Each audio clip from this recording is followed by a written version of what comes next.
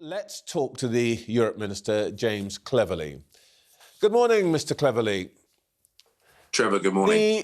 The Munich Security Conference continues today. Are we any closer to a diplomatic solution to this crisis, or is the threat of invasion as great as ever?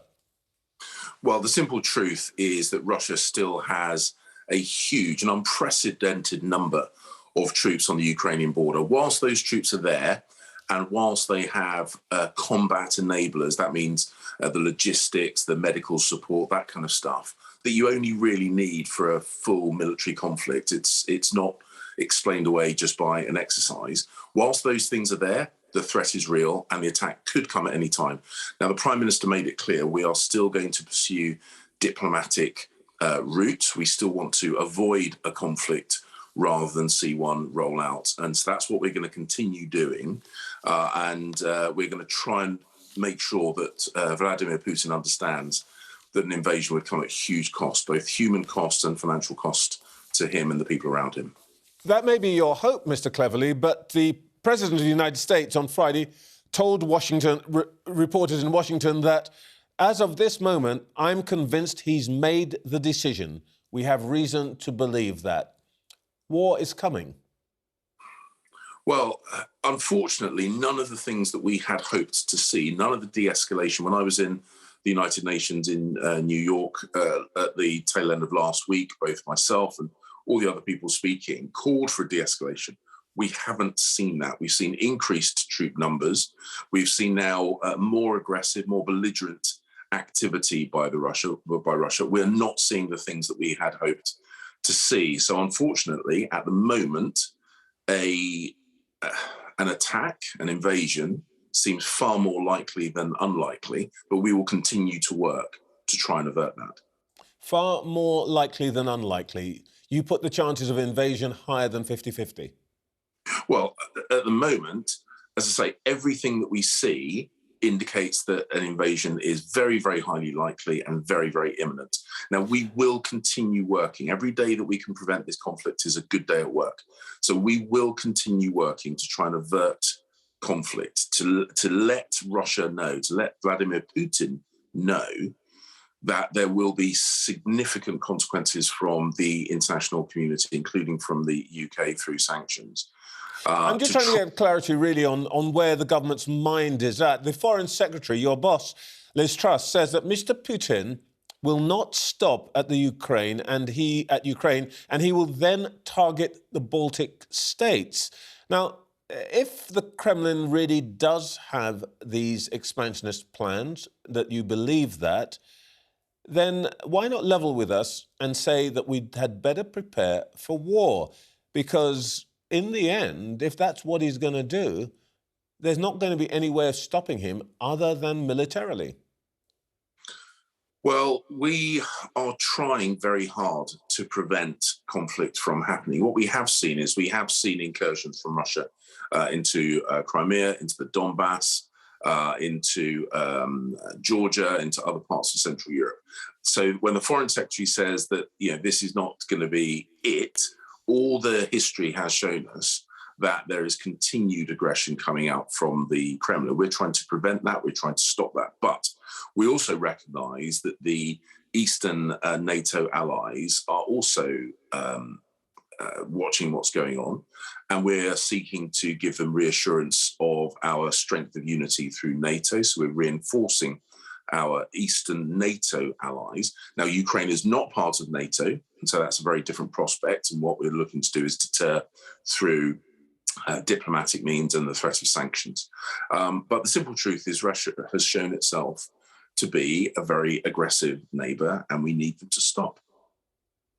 But it looks here like that there is the potential, let's put it that way, for a spiral. In his speech at the Munich Security Conference yesterday, the Prime Minister listed the troops that he's sending to Estonia and Poland. He talked about an increased aerial presence in southeastern Europe and the deployment of warships in the Mediterranean and the Black Sea. Look, is there a danger that we're making conflict more likely by such an obvious build-up of forces? Well, the thing that's made conflict more likely, Trevor, is the nearly 150,000 Russian troops amassed on Ukrainian borders on the north, the east, and the southern borders of Ukraine, an unprecedented, a larger accumulation of military power since at any time since the Second World War. That is what the reality is. We are reacting. NATO is a purely defensive alliance. It has never expanded by force. It has never expanded by coercion. The countries that join NATO because they want to exist under the umbrella of shared protection that NATO provides. The aggressor here is Russia. And what we are trying to do is to say that we will stand by our friends and allies in NATO, and we will support democracy, sovereignty, the rule of law when it comes to Ukraine. I suppose the question here, and you talked a moment ago about the lessons of history, and that the lesson sometimes that we've learned is that events can take on a momentum of their own. And a build-up on both sides could take us potentially to a place where nobody feels that they can back down. And whilst you and the diplomats are using the language of resolution and reconciliation and finding solutions, the facts on the ground point to further conflict. And I suppose what I'm really asking is, to what extent are we in danger of playing a part, as it were, in creating that spiral towards conflict? Well, Trevor, let's think about what the credible alternative would be. Do we think it is realistic that we watch the largest build-up of military troops since the Second World War on the border of a sovereign nation, a border which has already been invaded by Russia in 2014? Do we sit back, pretend that's not happening, and send the signal both to Russia and more broadly that we do not take seriously threats and intimidation towards democratic states? That's not a credible position.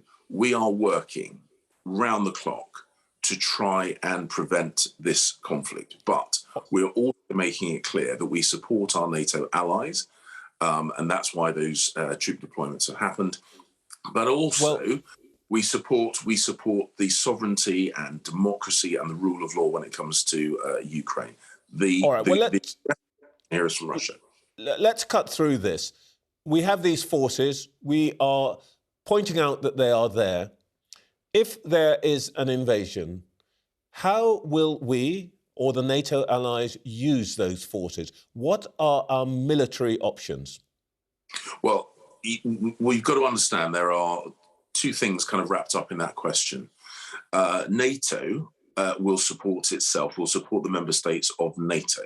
Ukraine is not a NATO member state, but we have given equipment support and training support to Ukraine through Operation Indeed, Orbital. but he's not invading Hungary, he's not invading Poland, he's potentially invading Ukraine. So how would we use our forces in the case of an invasion of Ukraine? So that's the point I'm saying. The forces that we're sending to our NATO allies offer the NATO defence. For Ukraine, we have given the support of defensive military equipment and training. We are not envisaging sending British or NATO forces to Ukraine. We have helped them defend themselves through that training and equipment support. And we have laid a sanctions regime, which means that we could apply meaningful and painful sanctions to the money people around Vladimir Putin if he were to take part in, or if he were to initiate an invasion. But it's really important that we see the distinction between those two things. All right, well, let's talk about the money. Here's what the Prime Minister had to say yesterday on this question of financial sanctions. He said, "I don't think that it's fair to say the UK hasn't done a huge amount on dirty money, whether it's from Russia or anywhere else.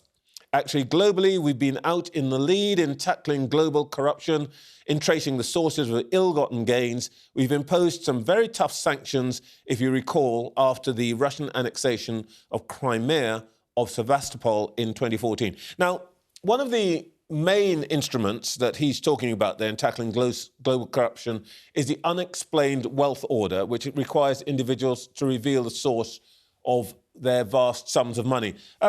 Can you tell me how many of those have been issued since Boris Johnson became Prime Minister?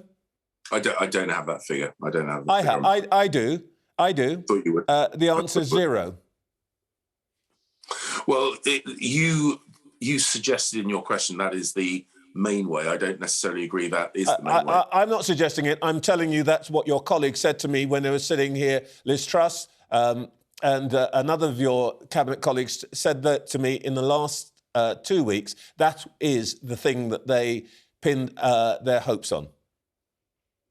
I would be surprised if that's quite the language they use, but nevertheless, I can show you the clip if you really want to get into that. But they said it to me.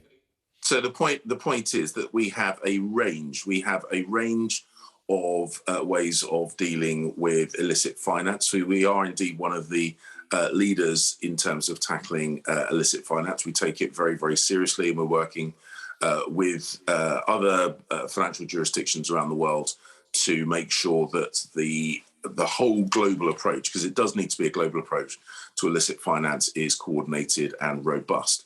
The point is that the Prime Minister has made it absolutely clear through the sanctions regime, the expanded sanctions regime, the toughest sanction regime that we have ever had with regards to Russian money, is now in place. And were there to be an invasion, it would be used. And those individuals, those money people around Vladimir Putin, would absolutely feel it. We're making it very, very clear that we will respond, and we will respond robustly if there is an invasion into Ukraine. If I may say so, the Prime Minister has made it very clear in words, but I think Mr Putin and others look at actions.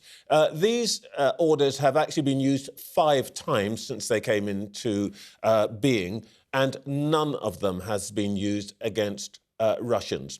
And in addition to that, what we also know is that the international financial system, assisted by Russian legislation, makes it almost impossible to trace the source of this dirty money. A lot of the people that have been named bring their money into London via other jurisdictions, Cayman Islands, Cyprus, and so on. How can Vladimir Putin really take this seriously when he can see by our actions we just don't use the powers that we've already got? Now, never mind any powers that you might want to introduce now. Well, one of the things you have to understand, Trevor, is the difference between an unexplained wealth order and sanctions. The sanctions are a different vehicle. We have used sanctions. As the Prime Minister has said in the quote that you have given, we have used sanctions in response to the Salisbury poisoning, an attack by Russian intelligence agents on British soil. We coordinated the largest expulsion, we facilitated the largest coordinated expulsion of undocumented Russian agents in response to that. So we have already applied sanctions. We are willing to apply more. So the hypothesis you're putting forward that somehow we haven't taken action is just not borne out by the facts. We have, and we will, in the event of another incursion into Ukraine by Russia. All right, let's talk, if we may, for a moment about COVID. Prime Minister is apparently going to announce the lifting of all COVID restrictions tomorrow. Is it all over? Well, the thing with the disease is never completely over, but what we have seen is because of the research that we do in the genomic research that we do here in the UK, world-class research, because of the production, distribution, and the vaccination program and the booster program. We have broken the link between infections and hospitalizations. We are seeing the disease now. It's changed into a much milder form. We will, of course, remain vigilant. That's incredibly important. But we are in a position now where we can follow the data, follow the science evidence that we have seen, and move back towards a normal state where we recognise we have to live with disease. We've always had to live with diseases. We're going to have to live with this disease, but we do also want to get back to normal. Can we just clear one thing up for local authority leaders who've noted that the press release from the government on this says that local authorities will still be expected to manage outbreaks with pre-existing health powers. Is that a signal to them that if there is a further virus outbreak, a new variation and so on, that there won't be any more money available?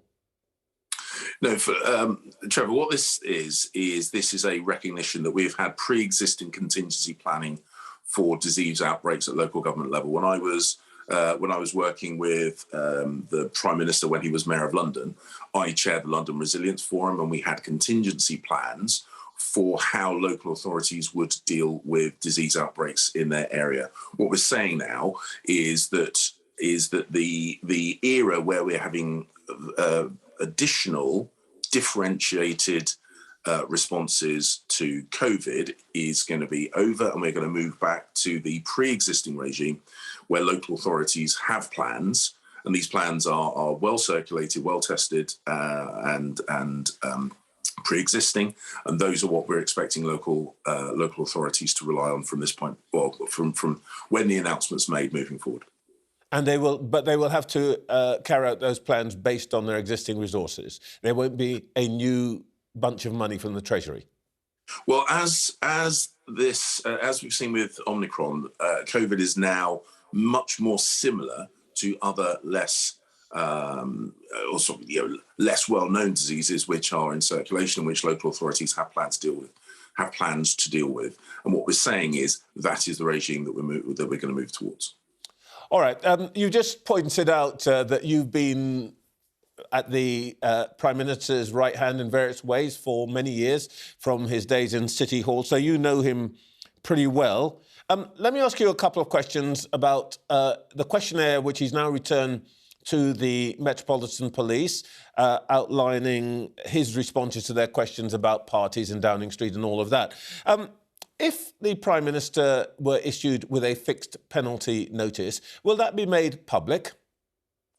So I haven't discussed this directly with him. I understand he's made a statement about putting information in the public domain. You'll have to rely on the words that he has already given to that. When I get the chance to speak to him, I have to say I speak to him about the issues we've been speaking about previously, about the situation with Ukraine, the situation with Russia, and the other elements of my Foreign Office portfolio. So you'll have to forgive me. I've not discussed that with him. We've been discussing things like Iran and Ukraine. All right. All right. Well, let me ask you maybe a simpler, more direct question about, if you like, his mind and the way it works, which, frankly, you will know better than most.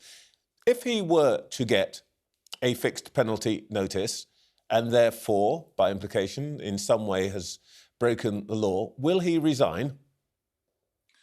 I think what the Prime Minister, and this is reinforced by the conversations that I've had with him and the announcements that he's made publicly, I think the Prime Minister is focused on continuing with the work that we've done, beating. But he would be pretty focused.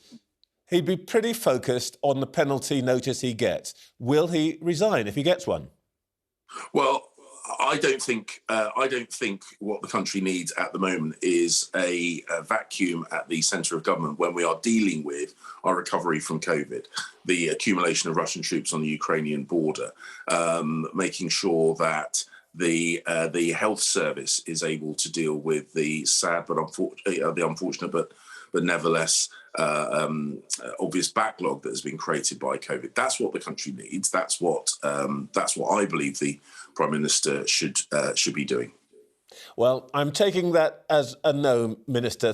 James Cleverly, thank you very much indeed. Exactly how you're taking it, Trevor. It's exactly how you should be taking it.